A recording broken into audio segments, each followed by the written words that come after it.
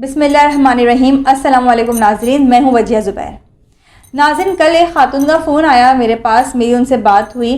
सास थी वो, तो उसी हवाले से उन्हें कुछ मसले मसाइल थे और डिस्कस किए मुझसे।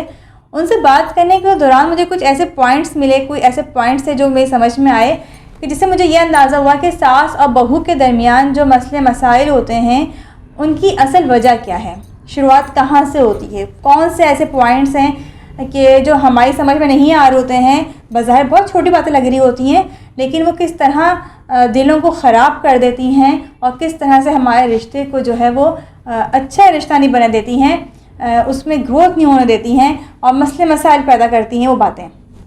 तो जब मेरी उन खातून से बात हुई और उन्होंने अपने बहू के हवाले से मुझसे बात करना शुरू की, तो उन्होंने जब पहली बात की, उन्होंने कहा कि आप देखें कि मेरी बेटी की शादी हुई और मेरी बहू ने कितना गलत रवैया रखा, कितना गलत किया उसने मेरे साथ। मैंने कहा अच्छा, क्या गलत किया उसने आपके साथ? कहने लगी कि मेरे बहू के जो घर वाले हैं वो दावतें करते हैं, तो वो दावतों में मेरे बेटे और मेरी बहू को तो बुलाते हैं, लेकिन मुझे और मेरी बेटी को उन्होंने नहीं बुलाया कभी भी दावत में। तो पहले तो मेरी समझ में नहीं आया। मैंने कहा आप किन दावतों की बात कर रही हैं, क्योंकि एक तो ख़ास दावत होती है जो लड़की के माँ बाप करते हैं।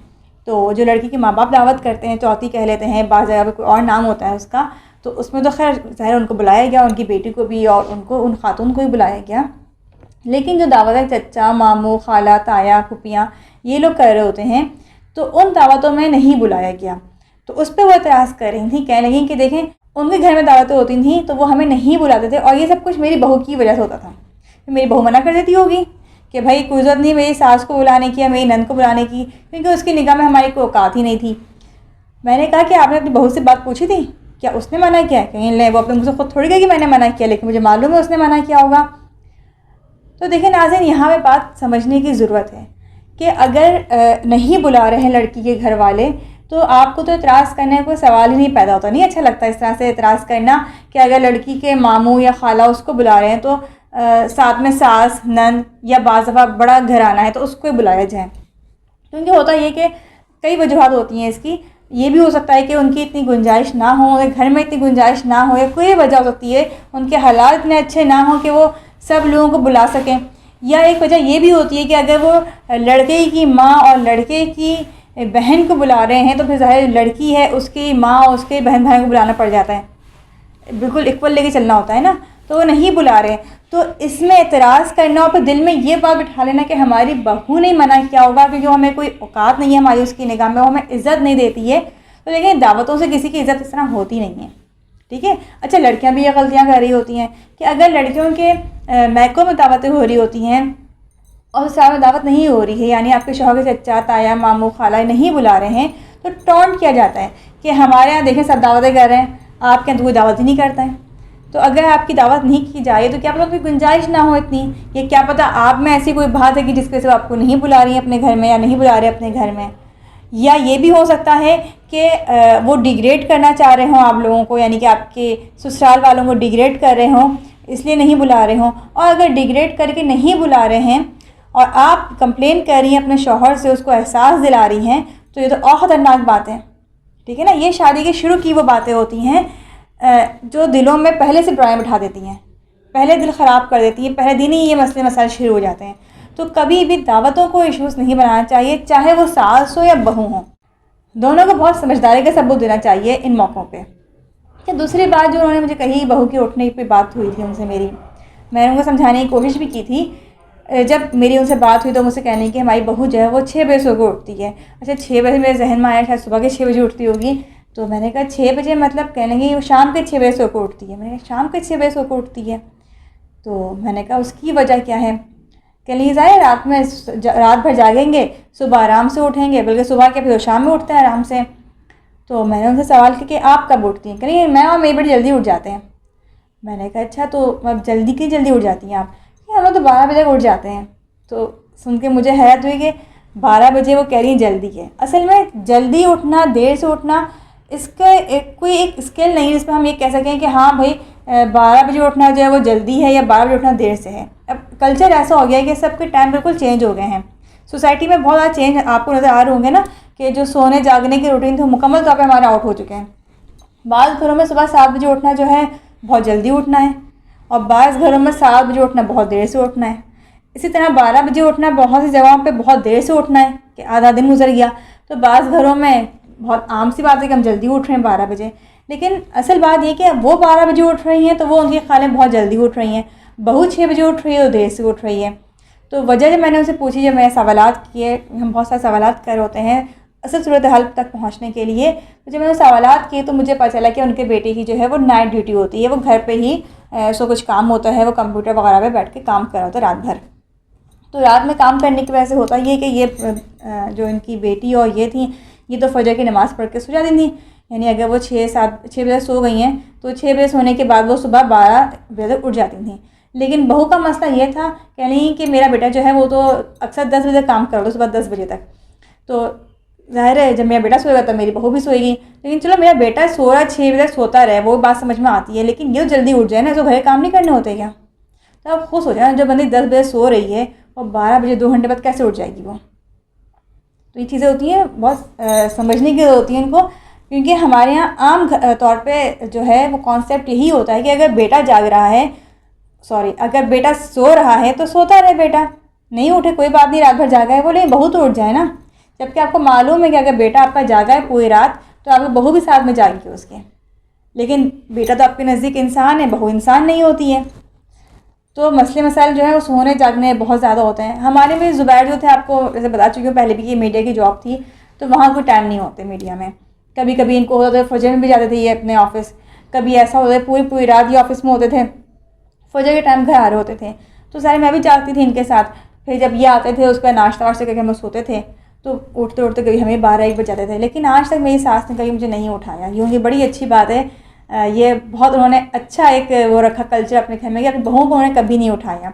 अब भी ऐसा ही होता है, हम रात में वीडियो बना रहे होते हैं, कभी देर हो जाती है बहुत ज़्यादा, कि रात में हमारी काउंसलिंग होती है बाहर ममालिक से। अब मुझे पता है कनाडा, अमेरिका, यहाँ के जो टाइमिंग्स हैं वो बिल्कुल अपोजिट है हमारी टाइमिंग के। अगर हमारा दिन है तो उनकी रात है, तो उस हिसाब से मेरी अक्सर रात में काउंसलिंग्स होती हैं। तो रात में काउंसलिंग की वजह से मैं फिर रात भर जागती हूँ मैं, तो मैं देर से होती हूँ। तो सुबह अगर काम करने वाली भी आती है तो मेरी सास कहीं भी ज़्यादा नौकरी ये नहीं कहती हैं कि सफाई करवानी है, वो पूरा घर साफ़ होने के बाद फिर आखिरी में रूम साफ़ करती है। तो उनकी इस अच्छी आदत का उनको भी हमें फ़ायदा हुआ कि हमारा कल्चर बन गया कि हम दूसरे को सोने का बड़ा एहतराम करते हैं, रिस्पेक्ट करते हैं। कोई सो रहा है तो उसकी नींद डिस्टर्ब ना हो। मेरी सास भी सोई होती हैं, बड़ा ख्याल रखते हैं इस बात का। जैसे अभी 2 दिन पहले की बात है, वो सो रही थी और ज़ुबैर जो थे किसी से फ़ोन पर बात करते हुए उनके रूम के सामने से गुजरे, तो ज़ुबैर की आवाज़ ज़रा ज़्यादा थी। तो अली ने मुझसे कहा कि बाबा को नहीं मालूम दादा सो रही हैं? मैं कही नहीं, मैं बाबा को बता देती हूँ, पता है उन्हें। तो बताने का मकसद ये कि बच्चे इस बात को समझ जाते हैं कि कुछ सो रहा है तो उसके सोने का ख्याल करना है, डिस्टर्ब नहीं करना है। तो अगर आपकी बहू भी देर तक सो रही है तो उसकी मजबूरी को समझें आप, उसको इस तरह से पॉइंट आउट करना उस गलतियों को या उसको सुनाना उसके उठने पे, ये गलत बात है। तो चीज़ों को समझना बहुत ज़रूरी है, यहाँ पे स्पेस देना बहुत ज़रूरी है। हम स्पेस नहीं देते। होता है कि हमारे यहाँ कि बहू आई है तो बस ठीक है, जिस तरह हमारा रूटीन है, जिस तरह हम चल रहे हैं वो भी उस तरह चलना शुरू कर दें। ठीक है, स्पेस ज़रूरी है। स्पेस क्यों ज़रूरी? ग्रोथ के लिए। जिस चीज़ को भी ग्रोथ की ज़रूरत होगी उसको स्पेस चाहिए। आप प्लांट्स देख लें, अगर उनको स्पेस नहीं मिलेगी वो कैसे ग्रो करेंगे? वो नहीं बढ़ सकते। वो मेरे ससुर एक कहानी सुनाते थे मुझे चाइना की। वो कहते हैं चाइना की जो औरतें होती हैं उनके पैर छोटे होने की वजह ये होती है, उनके पाँव छोटे इस वजह से होते हैं कि कई ज़माना पहले उनको लोहे की जूते पहनाते थे, ताकि लोहे की जूते पहनने की वजह से उनके पाँव जो है छोटे छोटे रहें, बड़े ना हो पाँव। ज़रा उनको स्पेस नहीं मिलती थी तो बढ़ते नहीं थे पाँव। तो हम बच्चों को भी नहीं कहते हैं कि अलग सोया करो, अलग सोगे तो तुम्हारी हाइट बढ़ेगी, क्योंकि स्पेस मिलेगी उन्हें। अच्छा, आप ख़वातीन अगर सुन रही हैं तो ख़वातीन के पास बहुत सारी मिसालें होती हैं ऐसी स्पेस के हवाले से कि स्पेस मिलने से कितनी ग्रोथ होती है। हम चावल बना रहे होते हैं, छोटी पतीली में हमने चावल रख दिए हैं तो उनको स्पेस नहीं मिलती, वो नहीं बढ़ते, वो नहीं उनकी ग्रोथ होती है। वो हम कहते हैं चावल दब गए बिल्कुल, कि उनको स्पेस ही नहीं मिली बढ़ने के लिए। तो रिश्ते भी ऐसे ही होते हैं, अगर उनको स्पेस नहीं मिलती है घुट जाते हैं, वो नहीं बढ़ पाते हैं रिश्ते। तो स्पेस देने की ज़रूरत है, चाहे वो बहू हो या सास हो, दोनों को ज़रूरत है वो स्पेस दें एक दूसरे को। सास को भी समझना चाहिए कि मेरी बहू अगर देर से उठ रही है तो उसकी वजह क्या है, उसके वाले नहीं बुला रहे हमें दावत में तो उसकी भी कोई ना कोई वजह होगी। दिलों में दूसरे के लिए बातें नहीं रखनी चाहिए। ऐसी बहुत सी लड़कियां जब वो आती हैं ससुराल में तो वो अपनी वैल्यूज़ तो जानती हैं, अपनी वैल्यूज़ को तो इम्पोर्टेंस दे रही होती है, लेकिन ससुराल वालों की वैल्यूज़ को इम्पोर्टेंस नहीं दे रही होती हैं। उनके नज़दीक ससुराल की जो वैल्यू है उसकी अहमियत नहीं होती है। बाज़ दफ़ा होता है ना, ऐसे भी लड़कियाँ भी इस तरह की गलतियाँ कर रही होती हैं। होता क्या है कि जब वो आती हैं शादी होकर तो कहती है अच्छा यहाँ पे ये मसले मसाइल हैं, ये भी गलत हो रहा है, ये भी गलत हो रहा है, और बस दूसरे दिन से वो कमर कस लेती हैं कि मुझे तो चेंज करना है इस घर के माहौल को। ऐसा नहीं होता है। आप किसी इदारे में जाएँ, आप नई नहीं हैं वहाँ पे, या आप नए हैं उस इदारे में, और जाते ही आपको लगे कि भाई यहाँ पे तो ये चीज़ बड़ी गलत हो रही है, ये भी गलत है, ये भी गलत है, ये भी गलत है, तो आप कहना शुरू कर दें, पॉइंट आउट करना शुरू कर दें कि भाई यहाँ ये गलत हो रहा है काम, ये काम गलत हो रहा है, ये काम गलत हो रहा है। बेशक वो काम गलत हो रहा होगा वहाँ पे, लेकिन वो लोग क्या करेंगे, आपको उस दूसरे दिन ही निकाल बाहर करेंगे, भाई जाइए आप, आपकी हमें ज़रूरत नहीं है। ससुराल में क्या होता है, वो आपको ज़ाहिर है फालतू पे निकाल बाहर तो नहीं करते हैं, लेकिन आप में गैप आ जाता है रिश्तों में, एक फासले आ जाते हैं रिश्तों में। बाज़ घरानों में देखा ही होता है कि उनके घर में बड़े दूसरे फ्रेंडली होते हैं, शेयरिंग बहुत ज़्यादा होती है कि अगर चाय पी रही है सास तो चलो भाई आधा कप बचा के दूसरी बहू को दे दिया, चलो तुम पी लो, या बेटे को दे दिया चलो तुम चाय पी लो आधी मेरी, या खाना खा रहे हैं एक प्लेट में शेयर कर रहे हैं, एक ही गिलास में जो है सब शेयर कर रहे हैं। तो बहुओं को बड़ा बुरा लगता है, क्योंकि उन्हें हमें कल्चर नहीं होता है। तो कहती हैं कि आप लोग किस तरह कर लेते हैं ये। बेशक वो खुद शेयरिंग नहीं कर रही होती हैं, ख़ुद वो इस तरह से नहीं कर रही होती हैं, लेकिन वो रिस्पॉन्स इतना बुरा देती है, सामने वाले को फ़ील होता है कि जैसे हमारी कोई इम्पोर्टेंस नहीं है। लड़कियां करती हैं इस तरह से कि ये शो करने की कोशिश करती हैं कि भाई हम जो है ना, हम तो बड़े ज़बरदस्त उससे आए, घराने से आए, हमारी तबीयत बहुत अच्छी हुई है, आपके यहाँ तो तरबियत हुई नहीं है आप लोगों की। बार बार मैंने ये तक जुमले सुने हैं कि जानवर थे मैंने इंसान बना दिए इन लोगों को। तो सोचे ना, इस तरह के अल्फाज जो होते हैं वो कितने ख़तरनाक होते हैं। ऐसे ही ससुराल वाले भी करते हैं कि जब लड़की आती है तो सोचे ना, आपके पास वो आई है 20-22 साल अपने मैके में गुजार के आई है, 20-22 साल की उसकी उम्र है, तो वो अपनी 20-22 साल की आदतों को कैसे छोड़ देगी। अगर आपको लग रहा है उसकी आदत सही नहीं है तो प्यार मोहब्बत से सिखाई जाती हैं ये बातें, टॉन्ट थोड़ी करते हैं। कि बास लड़कियों की आदत होती है कि वो अंडा जो है वो हाफ़ फ्राई है या ऑमलेट है तो वो ऐसे ही स्पून से खा रही हैं ऑमलेट, तो भैया तुम स्पून से क्यों खा रही हो, या तुम हाथ से क्यों खा रही हो, रोटी के साथ खाओ, रोटी खाओगे तो पेट भरेगा। अरे भाई उसका पेट है, उसकी मर्ज़ी हो, जिस तरह से भी खाए। होता है ना, टॉन्ट कर रहे होते हैं दूसरे को, दिलों में जो है फासले बढ़ जाते हैं, गुंजाइश नहीं रहती बिल्कुल भी। तो जो लड़की आई है उसको भी स्पेस दें, उसको भी आप इस तरह करें, तुम किस तरह ओढ़ पहनती हो, तो मतलब पहनने ओढ़ने की तमीज़ नहीं है। तहरी पिसा धनिया कौन डालता है, हमारे को तहरी पिसा धनिया डालता नहीं है।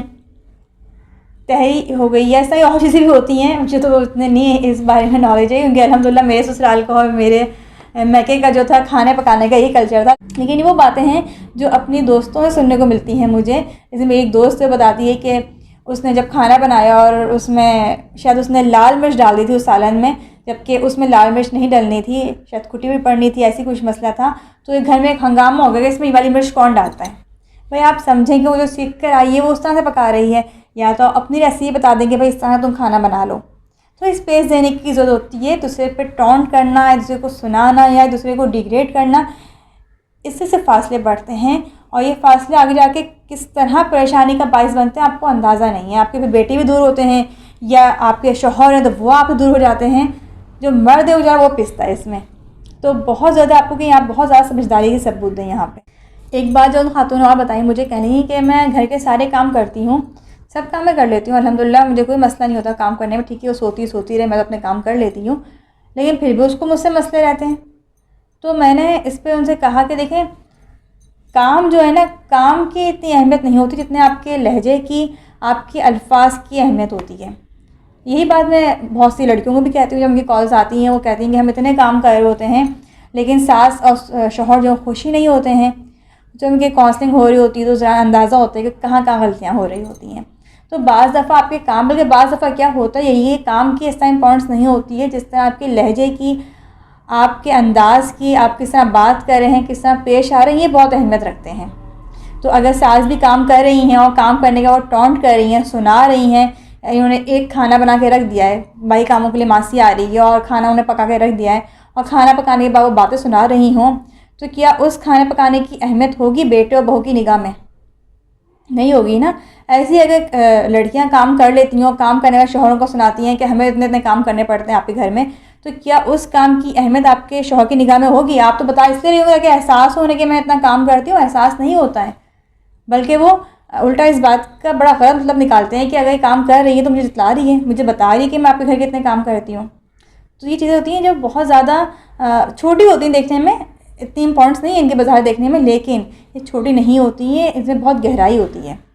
तो यहाँ बहुत समझदारी चलने की ज़रूरत है। सारे पॉइंट्स आपको वो बता रही हूँ मैं जो तमाम घरों में हो रहे होते हैं अमूमन, लेकिन हम चीज़ों को इतने आराम से निगलेक्ट कर देते हैं कि चलो हर घर में होता है, लेकिन अंदाज़ा नहीं होता कि यही चीज़ें कितनी आगे जाके परेशानी का बाइस बन रही होती हैं। जिसमें खातून ने मुझे ये बात भी कही कि मेरा बेटा जो तो जुर्म गुलाम है, जो उसकी बीवी कहती है वो वही करता है। तो मैंने कहा कि दोनों में बीवी के रिलेशन बहुत अच्छे हैं, आपस में बहुत स्ट्रॉन्ग रिलेशन है। कहीं नहीं, स्ट्रॉन्ग तो शायद मैं नहीं कह सकती हूँ, क्योंकि दोनों लड़ती बहुत ज़्यादा हैं। मेरा बेटा सुनाया था मेरी बहू को बहुत ज़्यादा।